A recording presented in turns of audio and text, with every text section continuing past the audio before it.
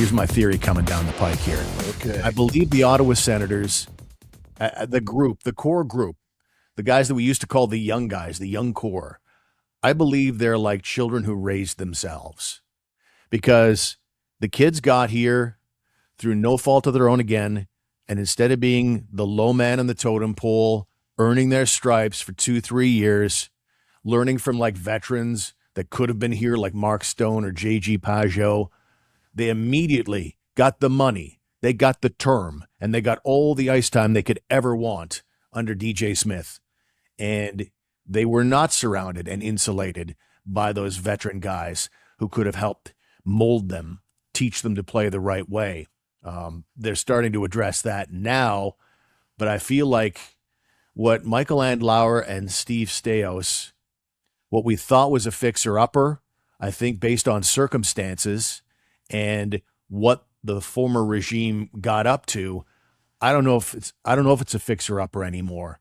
I think that you really have to look seriously at really making a big deal now. I know everybody's going after Staios, but I mean, he's been left in not a very good situation. And I think that we think, this is a good star young core. But it's got flaws, Greg. It's got flaws. Yeah, and I agree with a lot of what you said. Yeah, you can fault the former regime both from a management standpoint.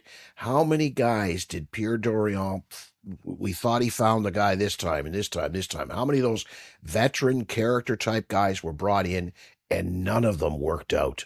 Like I don't think I'm exaggerating. I don't think any of them worked out. Right from Derek Stepan to Cedric Paquette to God, Alex Burrows, how far back you want to go. Veteran type guys. Yeah, you got Branson, who's been wonderful everywhere else, was terrible here. All these veteran guys, I think that's on management. I think Pierre Dorion realized it.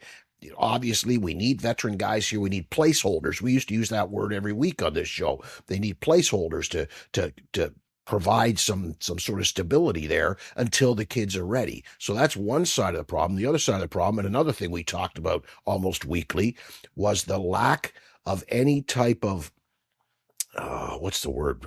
Discipline? No, it's not the right word, but some type of consequences had to be paid for mistakes. You mentioned that it was all the kids, and the kids got the ice time, they got the money, they got the cookies, but there was never any answer, any tight, tough decisions made regarding, hey, look, you're not playing the right way, you're going to sit.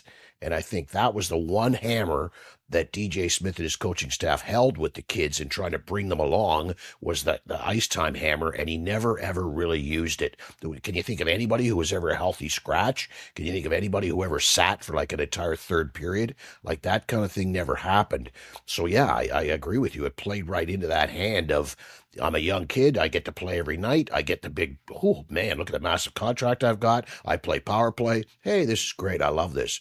So yeah, it's a two-pronged failure, both from management and from coaching staff in the past, that have led to some of the situations we get now. I look at a guy like Ridley Gregg,